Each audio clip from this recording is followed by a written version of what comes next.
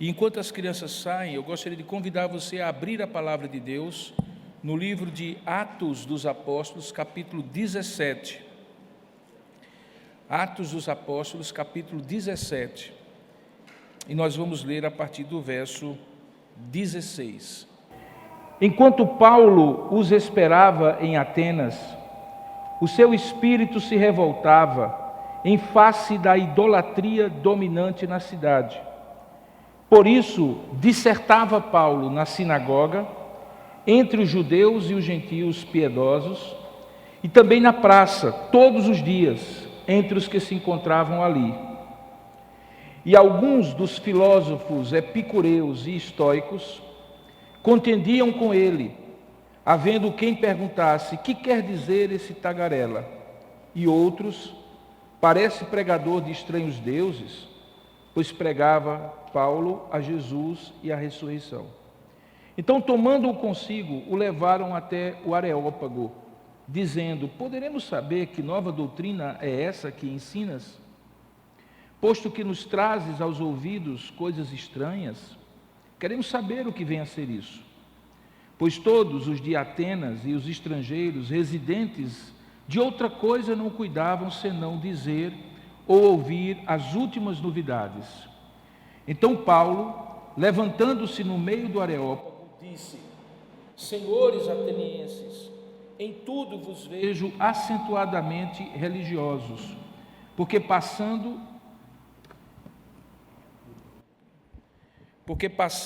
e observando os objetos de vosso culto, encontrei também um altar no qual está inscrito: ao Deus desconhecido. Pois esse que adorais sem conhecer é precisamente aquele que eu vos anuncio, o Deus que fez o mundo e tudo que nele existe, sendo ele Senhor do céu e da terra. Não habita em santuários feitos por mãos humanas, nem é servido por mãos humanas, como se de alguma coisa precisasse, pois ele mesmo é quem a todos dá vida, respiração e tudo mais. De um só ele fez toda a raça humana, para habitar sobre toda a face da terra, havendo fixado os tempos previamente estabelecidos e os limites da sua habitação, para buscarem a Deus, se porventura tateando o possam achar, bem que não está longe de cada um de nós, pois nele vivemos e nos movemos e existimos, como alguns dos vossos poetas têm dito, porque dele também somos geração. Sendo, pois, geração de Deus, não devemos pensar que a divindade é semelhante ao ouro, à prata ou à pedra, trabalhados pela arte e imaginação do homem. Ora, não levou Deus em conta os tempos da ignorância. Agora, porém, notifica aos homens que todos, em toda parte, se arrependam, porquanto estabeleceu um dia em que há de julgar o mundo com justiça, por meio de um varão que destinou e acreditou diante de todos, ressuscitando dentre os mortos. Quando eles ouviram falar da ressurreição de mortos, uns escarneceram e outros disseram: a respeito disso te ouviremos noutra ocasião. A essa altura, Paulo se retirou do meio deles. Houve, porém, alguns homens que se agregaram a ele e creram. Entre eles estava Dionísio, o Areopagita, e uma mulher chamada Dâmaris, e com eles outros mais. Que Deus abençoe a sua palavra lida. Amém. Curva a sua cabeça por um instante, vamos ainda pedir a Deus que nos oriente e nos ilumine o entendimento para compreender a palavra do Senhor. Oremos. Senhor, nosso Deus e nosso Pai, nós louvamos e bendizemos o Teu santo nome, porque sabemos que a Tua palavra lida é poderosa em si mesmo, para fazer, ó Deus, aquilo que homem nenhum pode fazer, convencer o coração humano, transformar o coração humano de um coração de carne de um coração de pedra em um coração de carne, fazendo com que ele seja sensível à Tua voz, possa de fato, ó Deus, compreender as Tuas verdades e ser transformado por elas. E é isso que nós pedimos agora, que o Senhor, pela Tua misericórdia e graça, possa nos abençoar, iluminando o nosso entendimento, abrindo a nossa mente, para que possamos compreender a Tua palavra. Nós oramos assim, crendo que assim farás, e já desde então agradecendo, em nome e para a glória de Jesus. Amém. No ano, por volta de 453 a.C., Atenas atingiu seu apogeu por meio de um homem que até hoje é conhecido como o grande nome do período da filosofia grega, da política grega clássica. O nome dele era Péricles. Naquela ocasião, Atenas se tornou a capital não apenas da filosofia, mas da democracia. Ainda hoje, parte da civilização ocidental, como nós a conhecemos, surge ali naquele espaço de Atenas, daquela capital que até então era uma cidade-estado, e que transformou e impactou todo o mundo ocidental como nós conhecemos hoje, a Europa e todas as Américas, muitos anos depois. A essa altura, quando Paulo chega a Atenas, ela já não era mais aquela cidade que era a capital da filosofia, nem da democracia.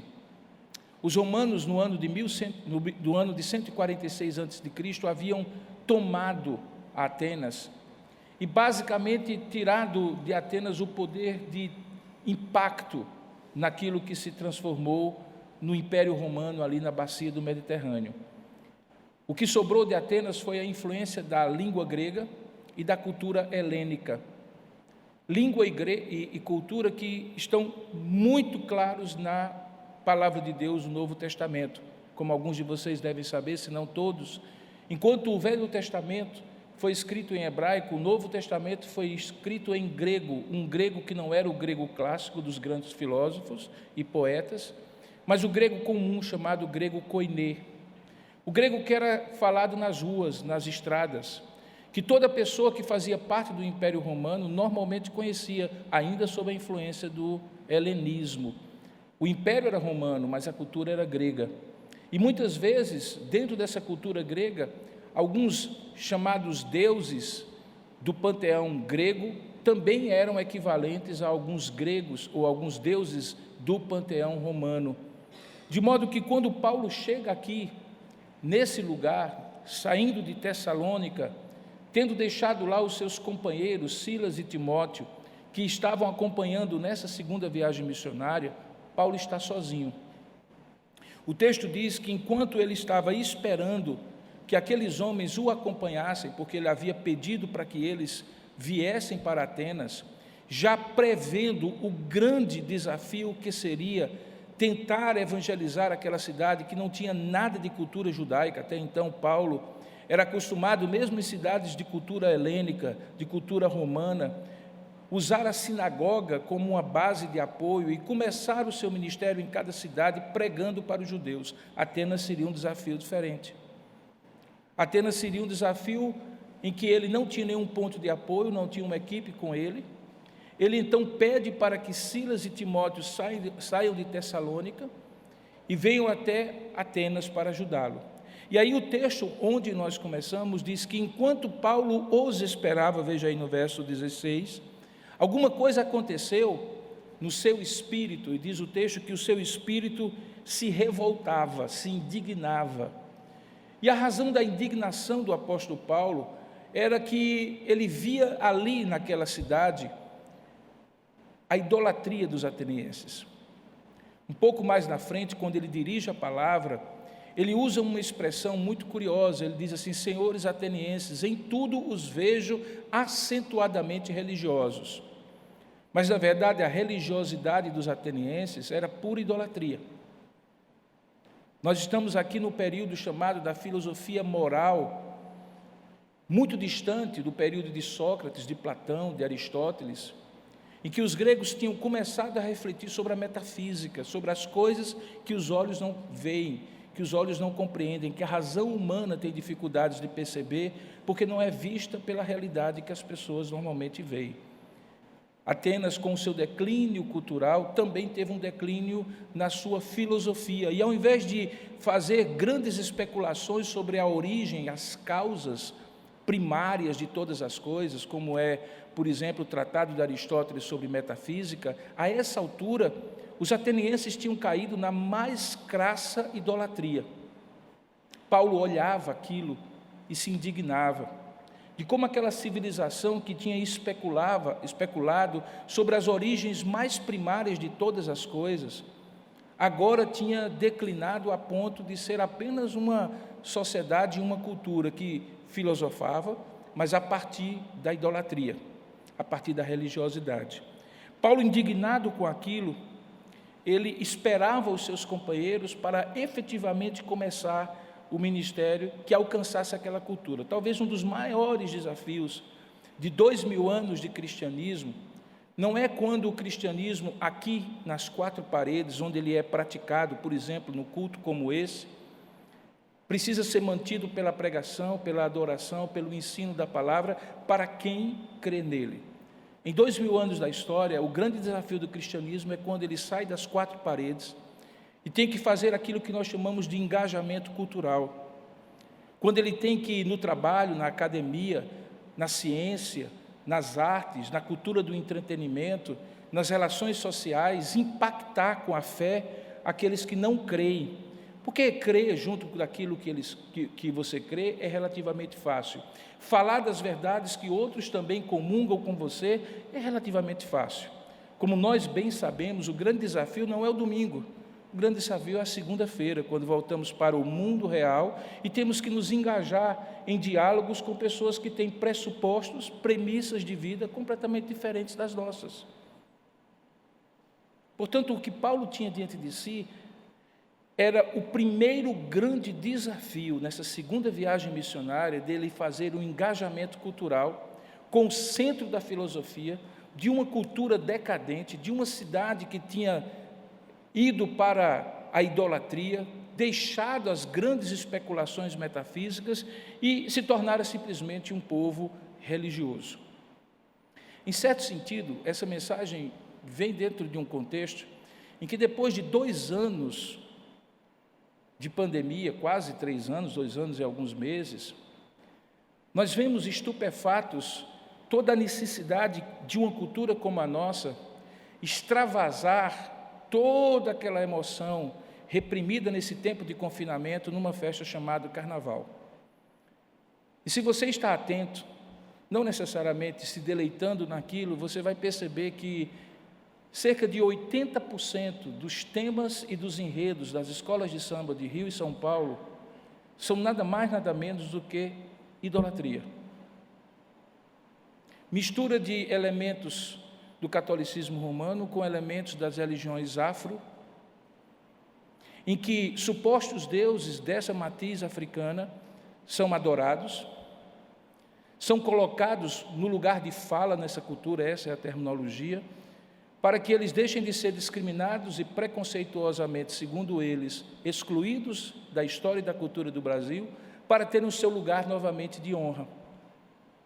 Vendo algumas notícias, me causa o mesmo tipo de indignação que depois de 2 anos e meio, em que ficou claro a limitação da ciência, da política, do dinheiro, a dependência completa que uma sociedade como a nossa, para não dizer uma sociedade global, precisaria ter do Criador, que tinha a chave e o entendimento para compreender aquele pequeno vírus que nenhum cientista compreendia até então, que nem todo o dinheiro e toda a pesquisa científica teve condição de evitar ou de curar nos primeiros momentos. E ao invés disso, essa mesma cultura, diferente certamente da cultura grega, mas também acentuadamente religiosa, ao invés de aproveitar, talvez numa idealização tola da minha parte, uma festa popular para pelo menos cantar em verso e prosa algum dos elementos e atributos do Criador, no entanto, cai na mais terrível idolatria, como nós temos visto, em que entidades são adoradas e louvadas para que a cultura seja ressignificada e nós possamos esquecer que, no fundo, se estamos vivos e com saúde, assim como eles, numa passarela do samba, é exclusivamente porque o verdadeiro Deus os preservou, e não porque outras entidades, sejam elas quais forem, eventualmente assim o fizeram.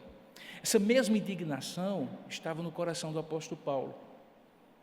E enquanto ele esperava Timóteo e Silas descerem de Tessalônica, diz o verso 17 que ele, na pequena sinagoga de Atenas, sim, tinha uma pequena sinagoga lá, ele dissertava entre os judeus e os gentios piedosos, veja aí no verso 17, mas não deixava de começar essa transição do ambiente mais religioso que ele dominava para o ambiente mais idólatra que ele teria que enfrentar com o Evangelho.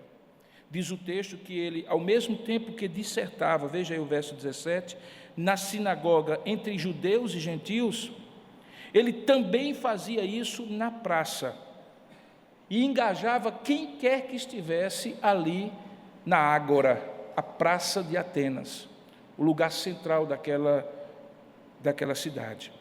E ele fazia isso de maneira contínua, todos os dias, e para quem estivesse ali.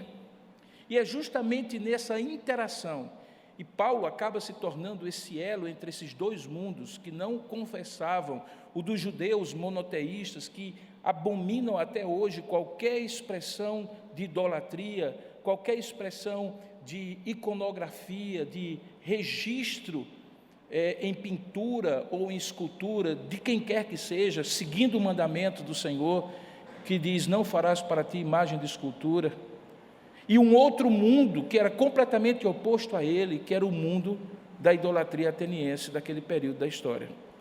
Paulo faz essa transição por alguns dias, e essa transição em que ele estava ora na sinagoga, pregando àqueles que com ele também criam que há um só Deus, Criador dos céus e da terra, e entre aqueles que estavam na Ágora, na praça ateniense, e que criam que tudo é Deus, e que tudo deveria ser registrado como Deus e adorado como Deus, diz o texto que isso chamou a atenção de dois grupos de pessoas, veja aí no verso 18. Eles representam aqui no texto os dois extremos da idolatria. Eles eram os epicureus e os estoicos. Por um lado, os epicureus tinham uma filosofia de vida que ficou conhecido posteriormente como hedonismo, em que o prazer e a felicidade por meio dos sentidos, do prazer carnal, deveria ser buscado a todo tempo e a dor e o sofrimento evitados a todo custo. No outro extremo, estavam os estoicos. E os estoicos pensavam que era justamente o oposto, que uma vida de ascetismo, de renúncia das sensações da carne, fossem elas boas ou ruins, uma certa apatia espiritual, deveria ser a forma de encontrar felicidade.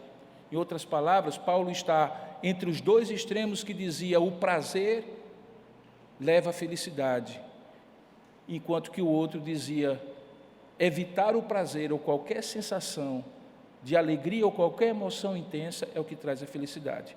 Esses dois grupos se encontravam ali, diz o verso 18, que eles contendiam, o texto significa que eles debatiam com Paulo, e a impressão que ele tinha, ou que eles tinham de Paulo, fica expressa nessa frase aí do verso 18. Eles dizem assim, o que quer dizer esse tagarela? A expressão tagarela traduz o verbo ou o substantivo grego espermologos, que significa aquele que espalha sementes. Era um pássaro que normalmente pegava sementes de árvores diferentes e que, ao abrir para comer, acabava espalhando essas sementes, de modo que uma planta de uma determinada região era semeada por aquele pássaro noutra região. O tagarela, que ele traduz aqui, esse termo espermologos ou espermólogos, significa aquele que não tem consistência de ideias, não faz parte de um sistema realmente assim, bem estruturado de pensamentos. Os epicureus tinham o seu sistema, com começo, meio e fim. Os estoicos tinham o seu pensamento sistematizado com começo, meio e fim, e quando eles olhavam e ouviam Paulo pregando, para eles, Paulo era uma espécie de coletor de sementes de vários pensamentos que se misturavam e não faziam sentido algum para eles. Veja que o primeiro grande desafio de Paulo era que o seu discurso tivesse algum tipo de consistência e compreensão por parte daquela cultura. que quando ele dissesse A, as pessoas não entendessem B. Mas o grande desafio é que elas não partiam de pressupostos iguais. Para Paulo, o ar dele significava a existência de um Deus criador e único. Para os estoicos ou epicureus e os atenienses de um modo geral, isso significava que o mundo existente que eles podiam ver era a criação de vários deuses e uma interação infinita desses deuses que criaram e interagiam com o mundo. A partir de dois pressupostos diferentes, como muitas vezes nós temos que partir no dia a dia da nossa existência, quando falamos, por exemplo, que Jesus Cristo é o Senhor da nossa vida, e as pessoas sequer acreditam que esse Jesus de fato existiu, e quando você tenta dizer que ele existiu a partir da Bíblia, elas questionam sequer se a Bíblia é a palavra de Deus. Era exatamente o mesmo desafio que Paulo tinha. Para eles, Paulo era um tagarela, alguém que soava estranho. E por quê, diz o texto? Porque, segundo eles, Paulo pregava, veja ainda no verso 18, um pregador de estranhos deuses. A palavra estranhos aqui significa de deuses estrangeiros. Não eram estranhos porque tinham uma aparência estranha, porque Paulo não falava de Deus na forma da aparência, mas porque eles não o tinham sequer ouvido acerca do Deus que Paulo pregava, e que eles entendiam como dois deuses. E quem eram os dois deuses? Jesus e Anastasia. Anastasia é a palavra grega para ressurreição.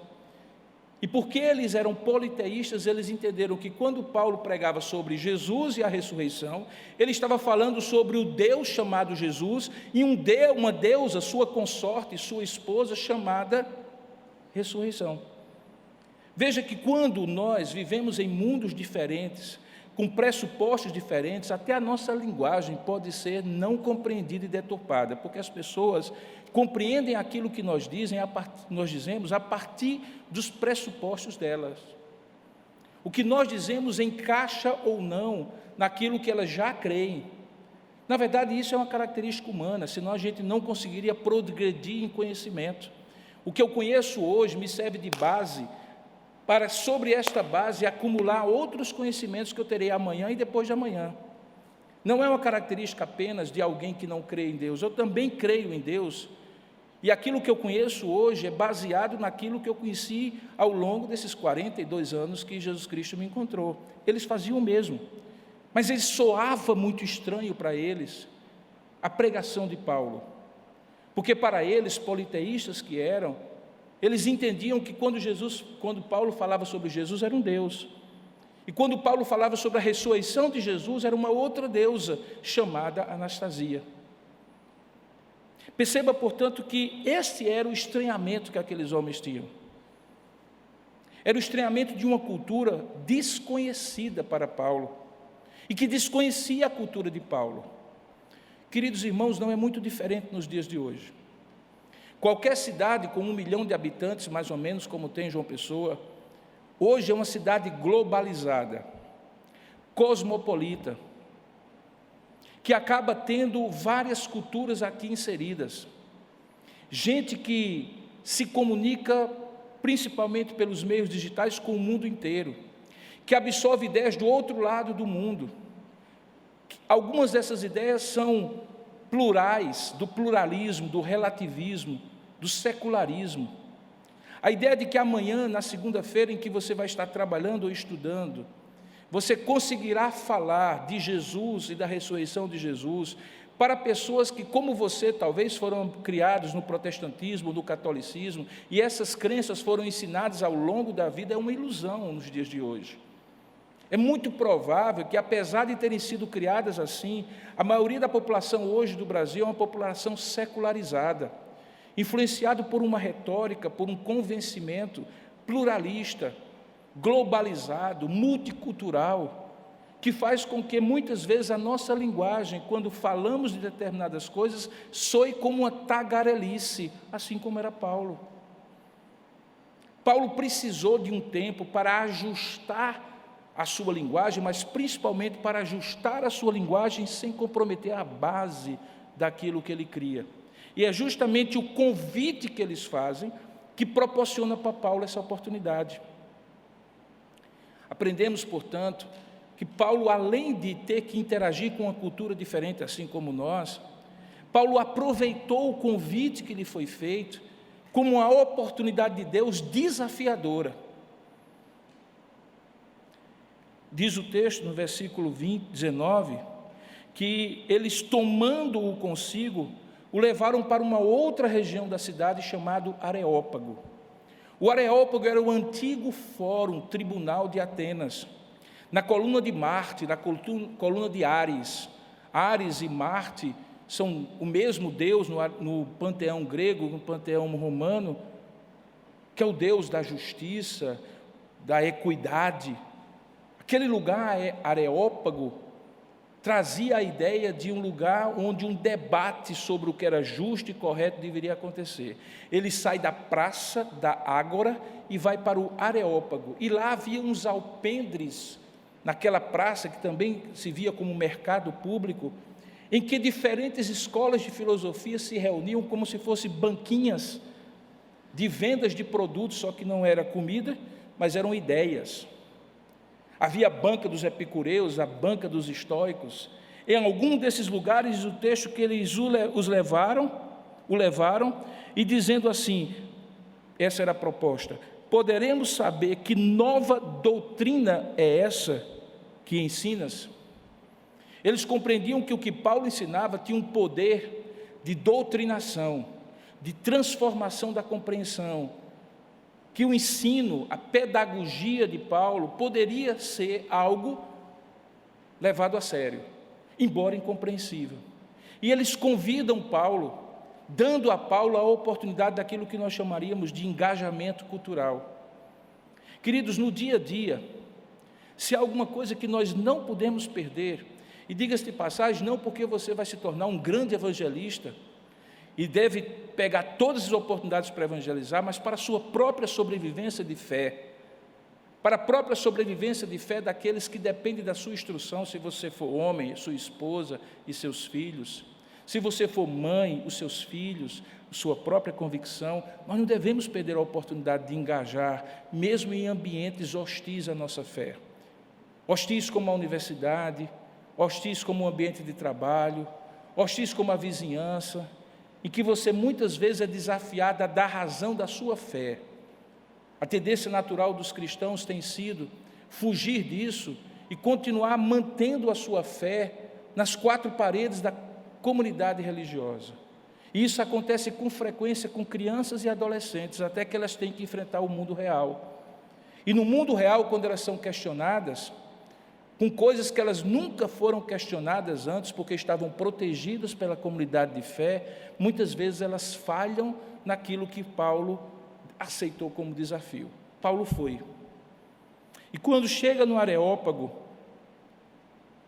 diante do desafio de expor, como diz o verso 19, essa nova doutrina que ele ensina, segundo eles, posto que nos traz, verso 20, aos ouvidos coisas estranhas, que queremos saber o que vem a ser isso, o escritor Lucas, que está escrevendo o livro de Atos, faz um comentário no verso 21, dizendo por que eles propuseram isso para Paulo. Ele diz, porque os de Atenas e os estrangeiros residentes de outra coisa eles não cuidavam, senão dizer ou ouvir as últimas novidades.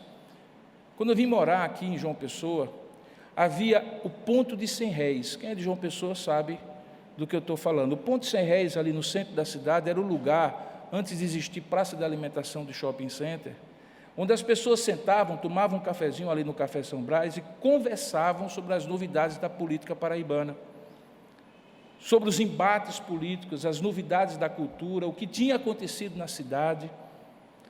O Areópago era um ponto de 100 réis. E naquele ponto de 100 réis de Atenas, havia uma classe especial de pessoas, como você sabe, a sociedade ateniense era dividida em 3 grupos de pessoas: os filósofos, os que trabalhavam e aqueles que batalhavam. Mas naquela altura, os filósofos eram a população que habitava o Areópago. Eles não cuidavam de fazer outra coisa a não ser da novidade. E é para esse povo que está disposto a ouvir uma novidade, se ela for bem contada, que Paulo vai. E aí a gente aprende uma terceira lição.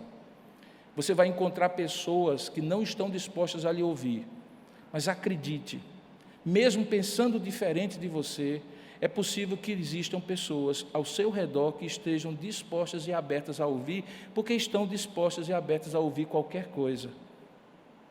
E você não deveria perder a oportunidade de sair da ágora e ir para o Areópago. Seja qual for a sua ágora, seja qual for o seu Areópago. Paulo foi. E quando ele chegou lá, diz o texto, no verso 22, que Paulo, levantando-se no meio do Areópago, e eu acho isso uma atitude tremendamente ousada, todos ali com os olhos fitos nele. Eu posso garantir para você que falar em público é alguma coisa aterrorizante. Eu prego o Evangelho há mais de 35 anos, e todas as vezes que eu venho aqui pregar para vocês, por mais que esse ambiente seja muito seguro, e o melhor lugar onde eu prego, ou eu gosto de pregar, sempre é uma situação de temor e tremor, porque a expectativa é que Deus fale com vocês. Paulo tinha essa expectativa, que Deus falasse por intermédio dele àquela população e àquela audiência hostil, desconhecedora das verdades que ele pregava. Mas aí Paulo se levanta diante daquele povo, no verso 22, chama a sua atenção num discurso muito bem estruturado, dizendo assim: senhores atenienses, em tudo vos vejo acentuadamente religiosos. Ao mesmo tempo que isso era uma crítica, era um ponto de contato. Na missiologia, na maneira de pregar o Evangelho, ponto de contato é quando a gente tenta encontrar um ponto a partir do qual exista qualquer coisa em comum entre o que eu creio ou o que eu quero pregar e aquilo que a pessoa crê e precisa ouvir. No caso de sinagogas judaicas, o ponto de contato era natural. Paulo era judeu, quem frequentava a sinagoga era judeu, era muito simples. Mencionava Abraão, todos sabiam de quem se tratava. Mencionava os grandes feitos do povo de Deus no meio do seu povo na antiga aliança, todos sabiam, porque eram criados assim na sinagoga desde criança. Mas aqui qual era o ponto de contato? A religiosidade. Ao mesmo tempo que Paulo é irônico e já um pouco crítico, dizendo que eles eram acentuadamente religiosos, Paulo busca esse ponto de contato. Ele não foge do ponto de contato. Ele busca esse ponto de contato. Assim como eu e você deveríamos buscar os pontos de contato. Crente fala muito e escuta pouco. Nós precisaríamos ouvir mais as pessoas a partir daquilo que elas têm em comum conosco, para que a partir desse algo em comum a gente possa mostrar o que há de extraordinário naquilo que nós cremos. Mas aí quando a gente, seja praticando um evangelismo explosivo, ou 4 leis espirituais que sejam, a gente já vai vomitando as verdades bíblicas sem entender onde a pessoa está e a partir de onde eu preciso trazê-la para o evangelho, eu cometo uma insensibilidade evangelística tremenda, e por isso algumas vezes a gente acaba se tornando um vendedor de porta em porta, ao invés de um evangelista eficiente. Paulo era um evangelista eficiente, e na sua eficiência ele busca um ponto de contato. Ele faz uma saudação formal, senhores atenienses, e imediatamente ele diz: em tudo vos vejo acentuadamente religiosos. E é a partir da religiosidade deles que Paulo começa o seu discurso. O seu discurso é estruturado em algumas partes, são nítidas essas partes. Se você depois ler com calma, você vai perceber que elas estão ali, porque, em primeiro lugar, ele dizendo que via acentuadamente religioso, ele diz por que ele estava vendo assim, porque, verso 23, passando e observando os objetos do vosso culto, encontrei também um altar, no qual estava escrito agnosko theo, ao Deus desconhecido. Essa expressão, que possivelmente estava ali escrita na coluna, onde o Deus, a imagem daquele Deus deveria estar, mas que eles não sabiam quem era e por isso estava vazia, era a mesma inscrição, ou inscrições semelhantes a ela, que em outras colunas também estava escrito com os deuses do panteão grego.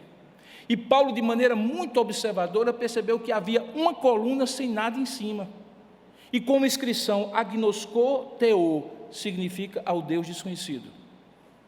E a partir desse ponto de contato, veja, eles eram acentuadamente religiosos, mas uma coluna da sua religiosidade reconhecia que havia um vazio de um Deus que eles não conheciam.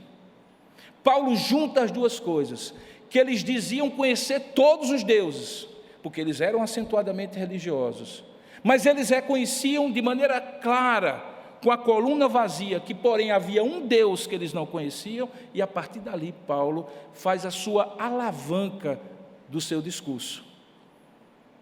Observe que Paulo, ao mesmo tempo que ele busca um ponto de contato, ele estabelece um ponto de contraste.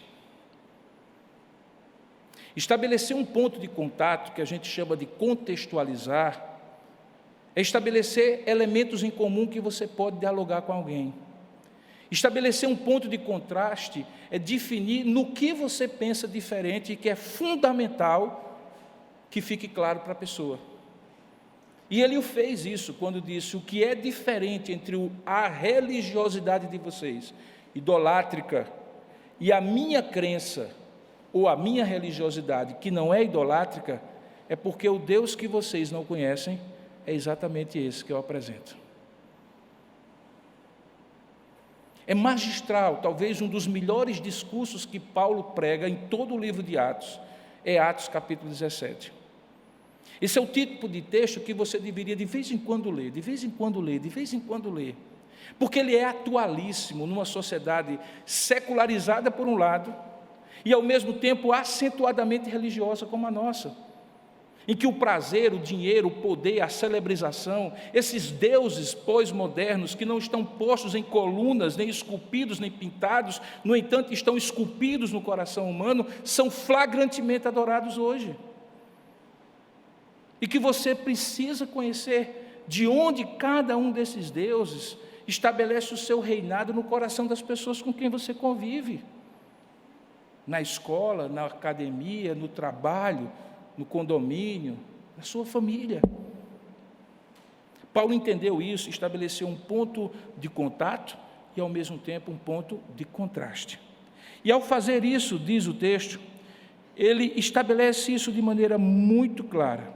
No verso 23, na continuação, ele diz que, depois de ter passado e observado os objetos do culto deles, e encontrado este altar, no qual estava inscrito ao Deus desconhecido, ele estabelece a sua tese. Vocês me perguntaram quem era esse Jesus e quem era essa ressurreição? Pois bem, é esse Deus desconhecido, porque eu estou dizendo que vocês adoram sem conhecer, e é precisamente isso que eu anuncio para vocês. O que vocês adoram sem conhecer, eu vim apresentar para vocês. Se Paulo tivesse parado aqui, irmãos, ele já tinha estabelecido o ponto dele. Mas veja que a motivação de Paulo não era fazer simplesmente um embate filosófico, teológico, dizer assim: o que vocês não conhecem, eu conheço, o que vocês não adoram, eu adoro, vocês estão errados e eu estou certo. Não. Paulo tinha uma paixão profunda para alcançar aqueles atenienses com o Evangelho. E quando a gente tem uma paixão profunda, a gente pode até mesmo andar uma segunda, uma terceira, uma quarta milha num diálogo com alguém, até em alguns momentos supostamente perdendo a discussão, mas ganhando o coração da pessoa. Eu fico estupefato hoje como as pessoas são capazes de, pelo prazer de mostrar que estão certas e o outro estão erradas, não são capazes de ir ao que é mais profundo. E no caso nosso como cristãos, de ao invés de debater e destruir o pensamento do outro, não estabelecer um ponto de contato com um ponto de contraste, mas que tenha uma motivação e um propósito mais profundos. E a motivação e o propósito mais profundo não é ganhar a discussão, mas é ganhar o coração da pessoa para Cristo.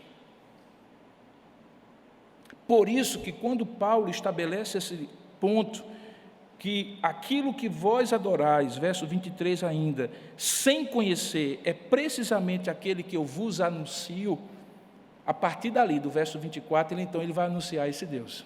Não foi para isso que eles convidaram para vir para o Areópago? Não foi para isso que ele saiu da Ágora e foi para aquele local? Se levantou de maneira ousada no coração daquela filosofia toda, daqueles homens acentuadamente religiosos? Pois então ele não vai perder a oportunidade, ele vai agora apresentar o Deus desconhecido para eles. Como é que ele começa? Se eles fossem judeus, começaria com Abraão, porque Abraão seria o ponto comum. Afinal de contas, Abraão era o pai da fé de todos os judeus. Mencionar Abraão daria para eles, se eles fossem judeus, como houve várias vezes nas sinagogas, o senso de que Paulo e eles faziam parte do mesmo grupo de pessoas escolhidas por Deus, o povo da aliança. Mas eles não eram judeus. De onde é que alguém parte para falar a não-judeus sobre a existência desse único Deus verdadeiro? Da criação. Diz que esse Deus que fez o mundo e tudo o que nele existe, sendo ele Senhor do céu e da terra, não habita em santuários feitos por mãos humanas. Qual é o primeiro fato que Paulo estabelece? O Deus que vocês não conhecem é o Deus Criador. Ele fez todas as coisas, ele é criador do mundo como vocês o conhecem, mas mais do que criador, ao ser criador, ele tem domínio e controle sobre tudo. Ele, portanto, é Senhor do céu e da terra. E ele não se limita a uma expressão de religiosidade praticada dentro de um santuário. São essas três verdades que ele estabelece no versículo 24. A primeira delas é que, sendo criador, ele é único. Isso iria de encontro completamente ao pensamento politeísta. Se você conhece um pouco de mitologia grega, e é interessante conhecer, nem que seja para você ter a condição de conhecer, não apenas naquela história geral que a gente estudou no colégio, mas um pouco mais de leitura, a ideia do panteão de vários deuses é porque cada um deles estabelece uma soberania e um controle sobre uma determinada força da natureza. Por isso que tem o Deus da chuva, o Deus do fogo, o Deus da guerra, o Deus da paz, e assim por diante. Ele diz: só existe um, no entanto, e ele é criador de todas as coisas. Ele tem domínio e controle, por isso ele é Senhor de todas as coisas. Nem mesmo Zeus, na mitologia grega, poderia ser comparado a este que Paulo está apresentando. Porque Zeus não é o criador de todas as coisas, não é o Senhor do céu e da terra, e não domina sobre todas as coisas. Por isso é errado e equivocado a ideia de dizer, não, Deus só existe um, e são os nomes diferentes dele que as pessoas se confundem e dizem que o meu Deus é o verdadeiro e o seu é falso. Não, se você colocar Alá, Zeus, Deus do Antigo Testamento, Jeová, e encontrar nas escrituras sagradas de cada um desses deuses e de outros que eventualmente são chamados e criados, você vai ver características diferentes e atributos diferentes, logo eles não podem ser a mesma pessoa, o mesmo Deus. Alá é vingativo, Alá é justo na mitologia, no ideário islâmico, mas ele não tem relacionamento pessoal com ninguém. O Deus Jeová tem relacionamento pessoal com as pessoas, se revela individualmente, enviou o seu próprio Filho, se encarnou. A ideia de Jesus Cristo, Filho de Deus, é absolutamente abjeta, hostil à crença islâmica. Logo, Alá e Jeová não são o mesmo Deus. Perceba então que Paulo estabelece a criação como ato de único Deus, Criador, soberano e Senhor sobre todas as coisas, que não pode ser adorado em santuário feito por mãos humanas. E aqui ele está ecoando a proibição, a vedação do segundo e do terceiro mandamento. Não farás para ti imagem de escultura, não as adorarás e não lhe darás culto. Porque nada, absolutamente nada, que a imaginação humana, o mais perfeito pintor ou escultor, que eventualmente possa ter esculpido ou pintado a divindade, conseguiria alcançar o esplendor da glória e dos atributos infinitos e perfeitos de Deus. Essa é a razão porque a idolatria é hostil a Deus. Porque ainda que eu pudesse representar uma criatura, uma cena da natureza, uma figura humana, sem a adorar e ser uma representação artística legítima, quando eu tento projetar isso para Deus, eu faço Deus projetado pela minha imaginação e correspondido na pintura ou na escultura que eu faço. E isso desonra Deus, daí porque a idolatria é uma afronta a Deus, é adorar uma coisa que o homem faz, quando na verdade é preciso adorar ao Deus que fez o homem. É uma inversão, e ao invés desse Deus ter criado o homem à sua imagem e semelhança, é o homem que cria este Deus, suposto Deus, à sua imagem e semelhança. Paulo então estabelece que, sendo o Criador e controlador de todas as coisas, ele não recebe adoração em santuário feito por mãos humanas. Continua dizendo que ele também não é servido por mãos humanas, como se de alguma coisa precisasse. E aí ele estabelece a segunda doutrina, que é a doutrina da providência. A partir daqui, Paulo diz, olha, a todos ele dá a vida, a todos ele dá todas as coisas, tudo mais. De um só Adão fez toda a raça humana para habitar sobre toda a face da terra e controla de maneira perfeita, pela sua providência, os tempos previamente estabelecidos, tendo fixado esses tempos e os limites da sua habitação. Ele está falando dos 3 aspectos da providência: a provisão das necessidades, a proteção contra o mal e o controle sobre todos os seres criados. Quando a gente diz que Deus é providente, significa que nós cremos que, a partir da respiração, e nesses tempos de pandemia nós descobrimos isso da pior maneira possível, nós só respiramos se Deus nos der o ar para respirar, o pão sobre a nossa mesa e todas as coisas que precisamos. Paulo estabelece isso no seu discurso, falando sobre a provisão da providência. Paulo estabelece a provisão, ou a providência, da proteção do Deus que controla todas as coisas e todos os seres vivos. Ele está falando da providência divina. Por que isso afrontava aquela religiosidade grega? Porque na religiosidade grega, a vida humana corre ao sabor dos humores dos deuses, e não de um Deus só que controla todas as coisas. Nos filmes mais atuais, tipo Vingadores, é costume você ver a ideia de deuses que têm humores, que acordam com mau humor, que resolvem botar o mundo de cabeça para baixo. Nada os controla. Aqui não.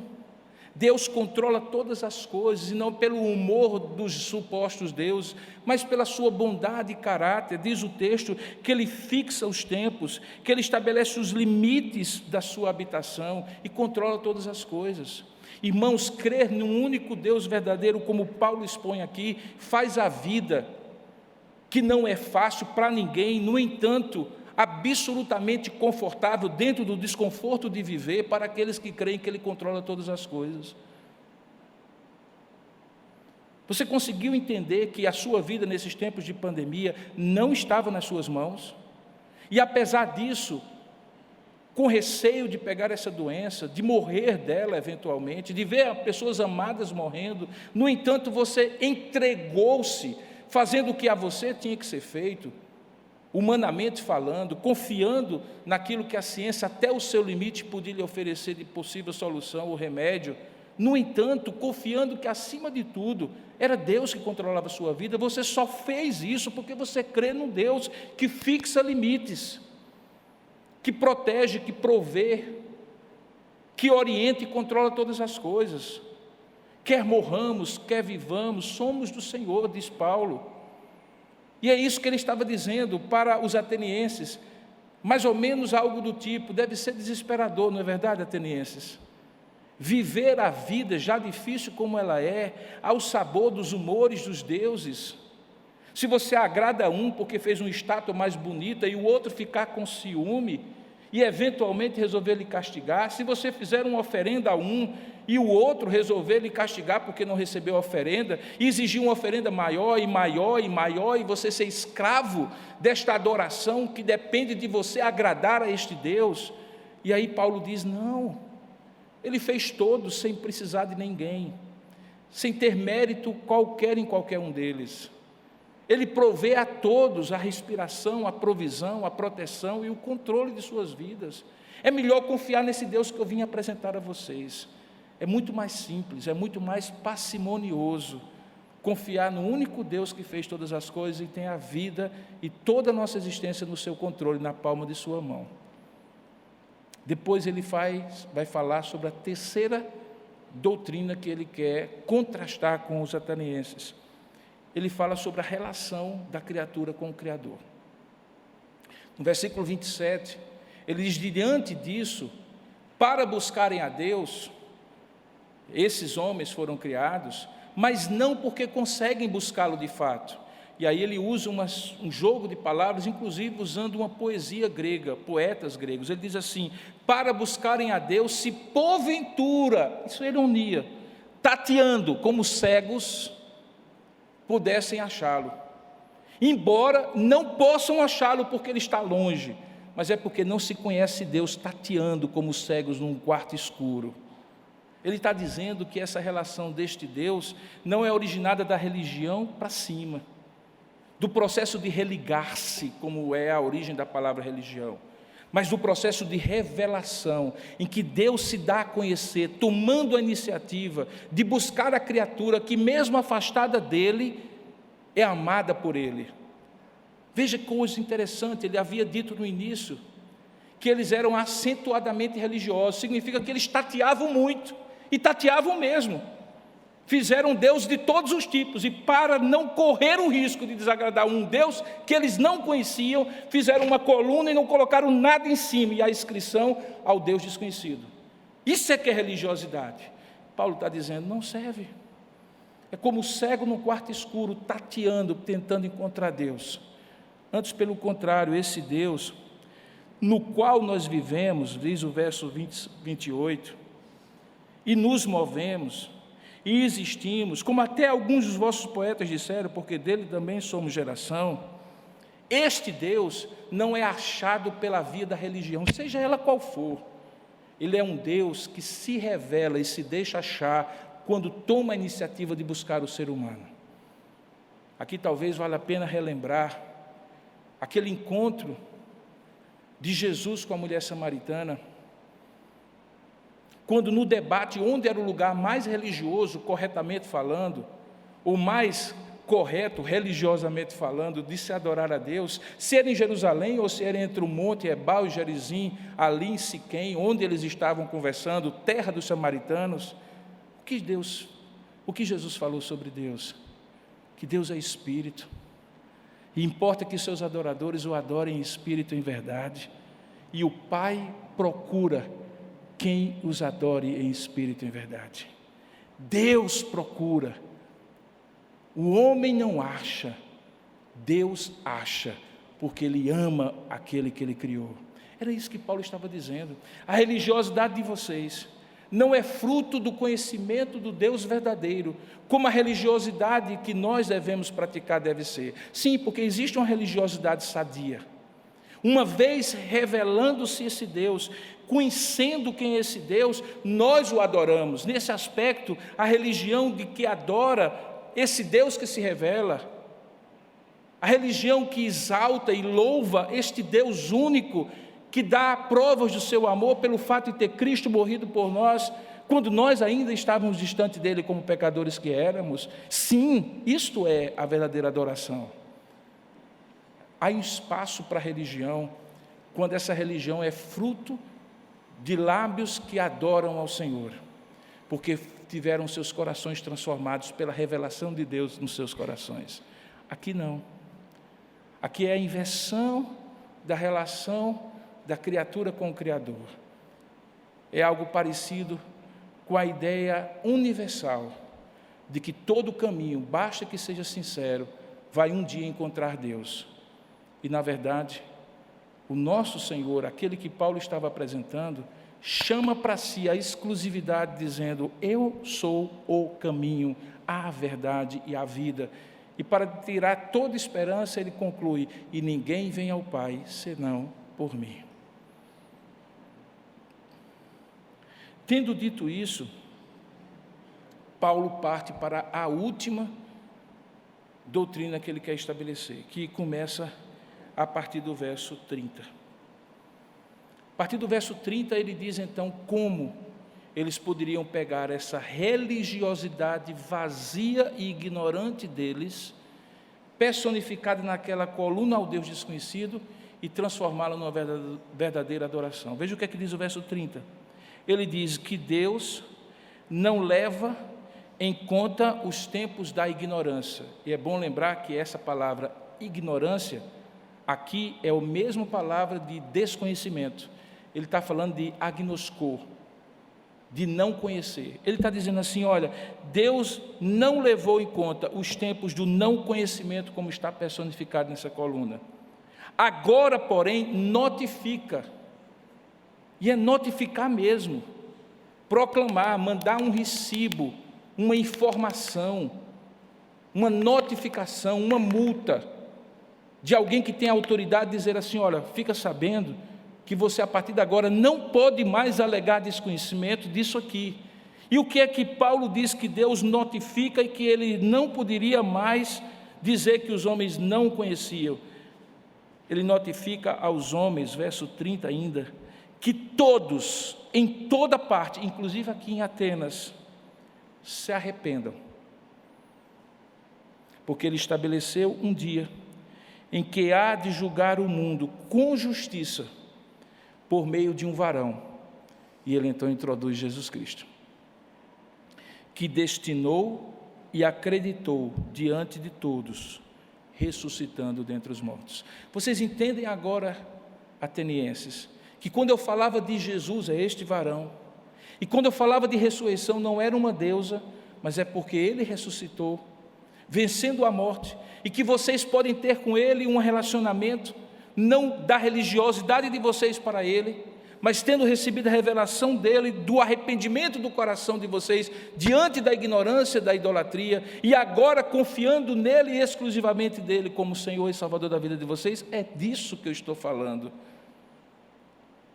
Paulo então conclui esse quarto ponto do seu discurso, que começa com o Deus Criador, passa pelo Deus Providente, pela maneira errada desse homem se relacionar com esse Deus, e pela notificação de qual é a maneira certa, e nessa hora, tendo encerrado, sem fazer apelo, o impacto da sua mensagem produz dois resultados.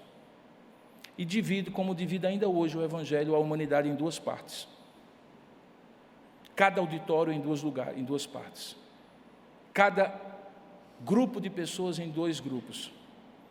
Diz o texto no verso 32 que quando ouviram falar da ressurreição de mortos, coisas que eles não acreditavam, uns escarneceram, e outros disseram: a respeito disso te ouviremos noutra ocasião.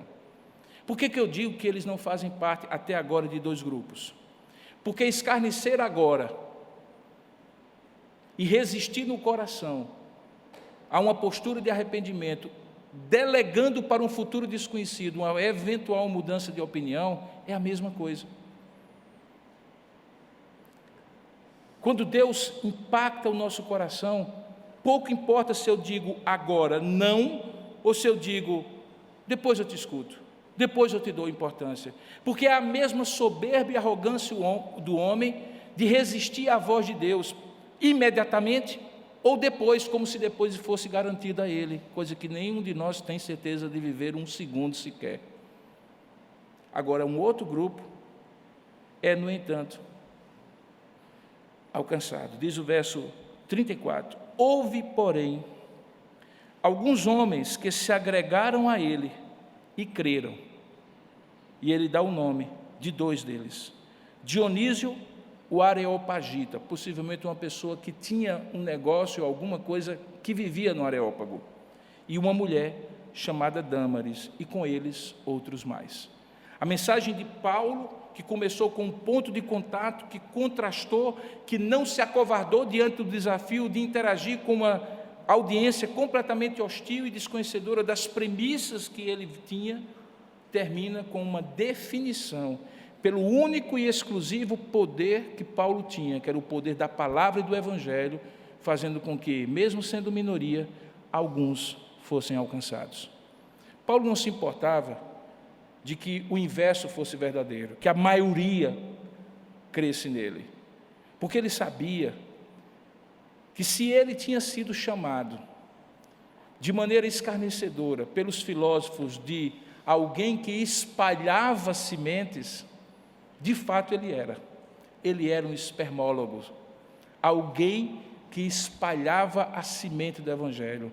E aqui talvez vale nos lembrar da parábola do semeador, para nos dar encorajamento nesse mundo cada vez mais hostil ao evangelho, nesse mundo cada vez mais hostil, mais refratário, mais indisposto e insensível, mais indiferente, mais inimigo das coisas de Deus, que não quer ouvir o evangelho, mesmo pregado com sensibilidade e amor pelas pessoas. A nossa maior motivação e preocupação não deveria ser se as pessoas vão crer, se serão muitas ou se serão poucas, irmãos. É bom lembrar da parábola do semeador. O texto diz que a parábola do semeador, a semente era a mesma, o semeador era o mesmo, mas era o solo diferente que determinava a resposta diferente daquele que recebia a semente. Havia o solo daqueles que estavam na beira do caminho, e antes mesmo que eles pudessem ser impactados, o diabo roubava, talvez porque estavam na beira do caminho, de passagem, sem compreender que há momentos em que a gente tem que parar e não passar pelo caminho, que há experiências da vida que nós deveríamos fazer uma reflexão profunda, para que Deus de alguma maneira tenha tempo de adensar e aprofundar aquela experiência que nós passamos.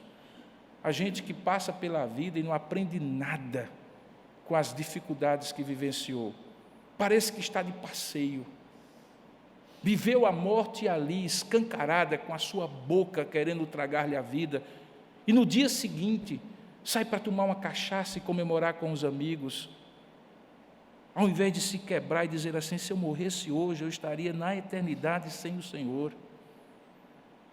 Há esses, há aqueles que, como uma pedra castigada pelo sol, recebe a semente, mas as provações da vida, ao invés de fazerem com que ele corra para Deus, ressecam a semente, e porque está na rocha, não aprofunda aquela semente.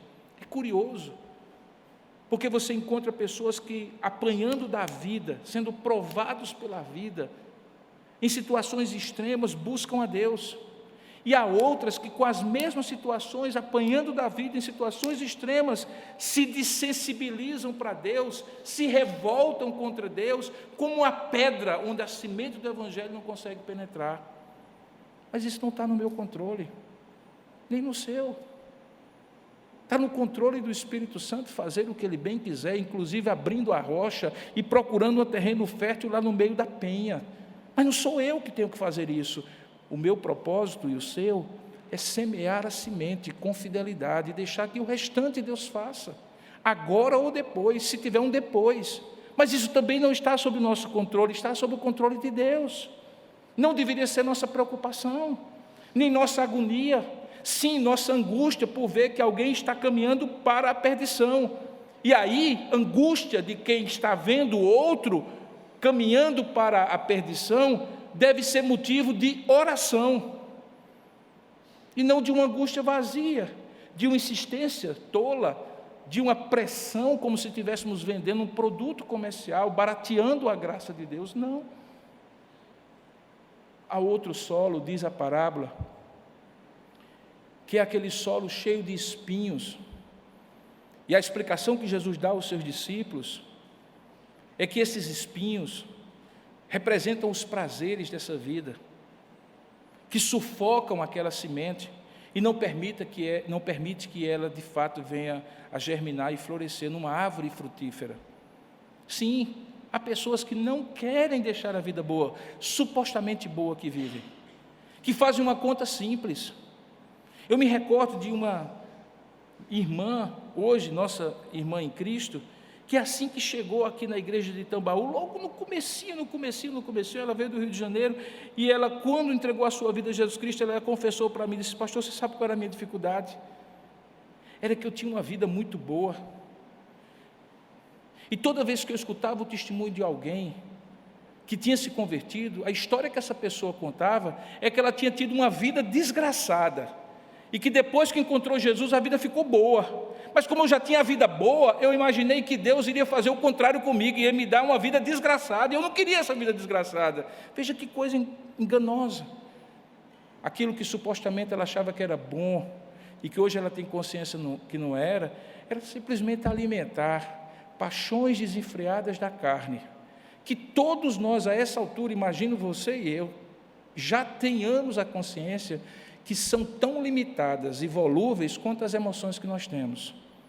É só lembrar, eu e você, das vezes que pecamos, que deixamos a nossa carne tomar conta, e algumas vezes, segundos depois, minutos depois, e às vezes por toda a vida, olhamos para trás e dizemos assim: que bobagem que eu fiz, vivendo como um animal em busca de paixões inflamadas do momento, e não como um ser racional que calcula e pensa o que de fato edifica e constrói uma vida. Descontrolado, que não pode exercer o domínio próprio e dizer não ao pecado, filhos de Adão e filhos de Eva que nós somos. Essa semente que cai ali, no meio dos espinhos, é sufocada, como é sufocada muitas vezes. Quando nós pregamos aos nossos amigos, familiares, colegas de trabalho, e a conta que se faz é: o que é que eu tenho que perder para ganhar esse evangelho? E às vezes a conta na cabeça deles é que eles perderão mais do que ganharão, quando nós sabemos que eles ganharão muito mais do que perderão. Mas fazer o quê? Isso também não está no nosso controle. Talvez tenha um Dionísio Areopagita ou uma Dâmaris entre eles. Talvez não sejam muitas, mas serão aquelas que Deus fará a obra. Mas a parábola do semeador encerra, e com ela também eu encerro essa mensagem, dizendo que há uma semente que cai na boa terra e dá frutos. E quando Jesus conta isso aos seus discípulos, ele coloca toda a ênfase na boa semente, como eu e você devemos colocar. Queridos, fazer o que Paulo fez numa sociedade tão parecida como a nossa dos dias de hoje, é saber que nós estaremos derrubando barrancos e barrancos da beira de um rio para encontrar uma única pepita de ouro. E assim como os garimpeiros fazem, tendo coragem de todo aquele trabalho por causa de uma pepita, se nós tivermos que caminhar a vida inteira espalhando essa semente para uma só vida, o Senhor diz que uma vida só vale mais do que o mundo inteiro. Não nos cansemos, portanto, de testemunhar desse Jesus. Porque se um só, dentre os seus amigos, familiares, colegas de condomínio, vier a conhecer o Senhor Jesus, ele será o Areopagita Dionísio, a Dâmaris dessa história.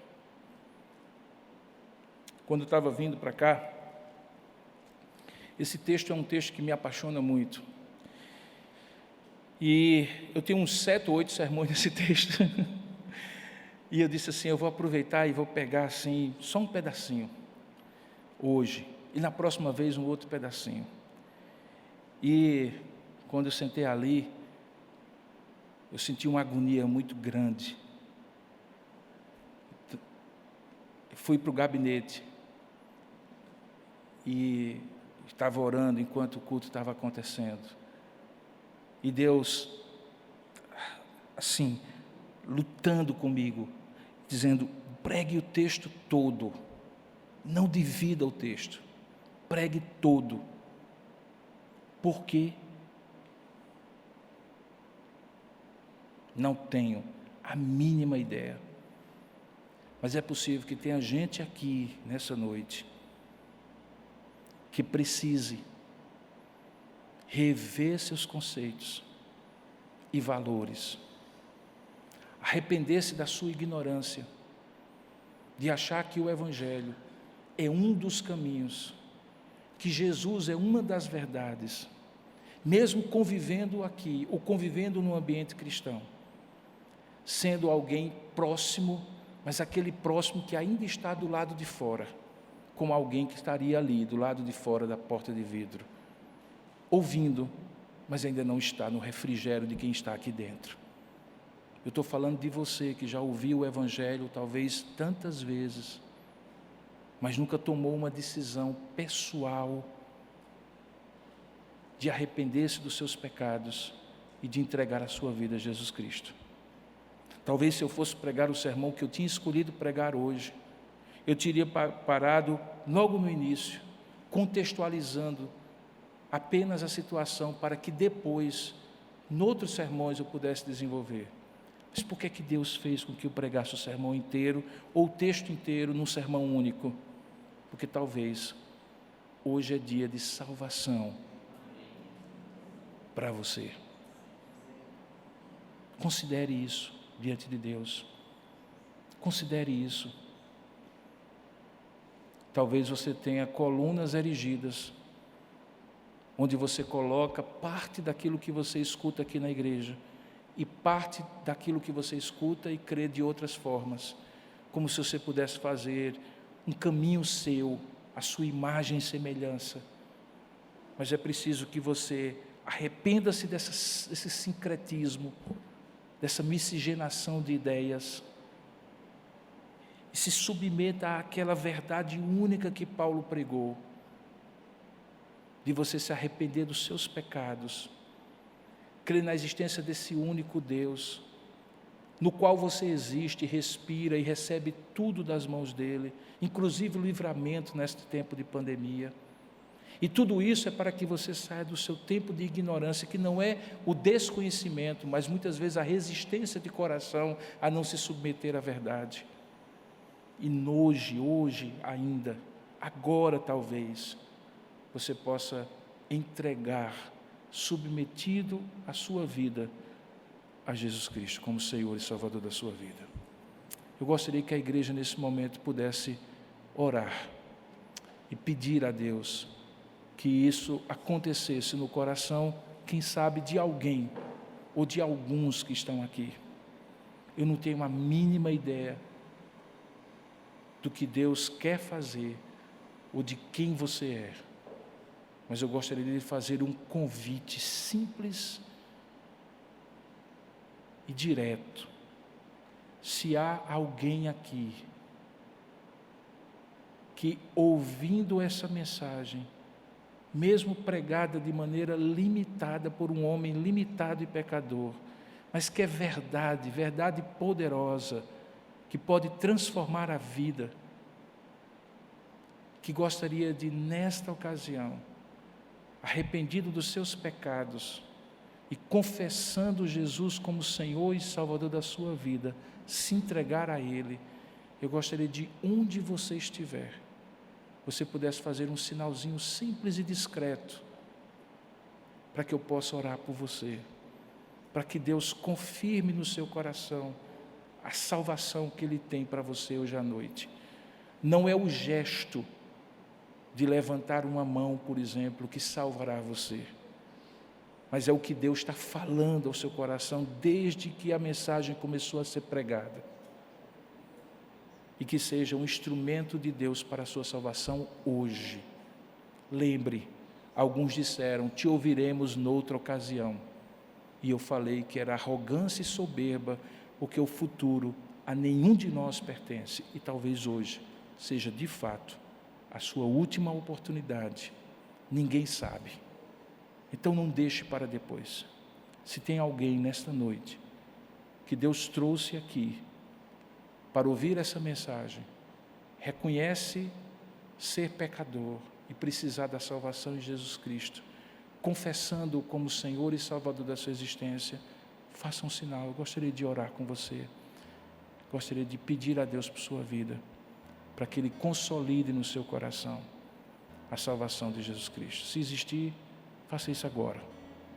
Essa mesma palavra eu dirijo a você que está nos assistindo, onde você estiver, porque hoje nós temos essa oportunidade, quem sabe, de você, ouvindo de longe, ser aproximado para perto do Evangelho.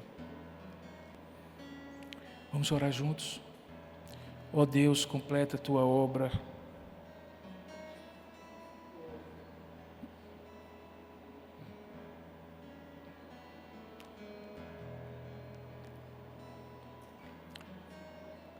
Completa a tua obra, Senhor.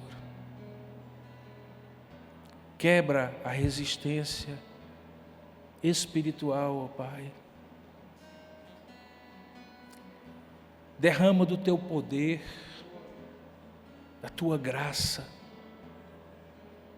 Traz convencimento ao Espírito Santo dos pecados que precisam ser confessados, da natureza humana que precisa estar crucificada com Cristo, da ignorância, ó Pai, que precisa ser esclarecida.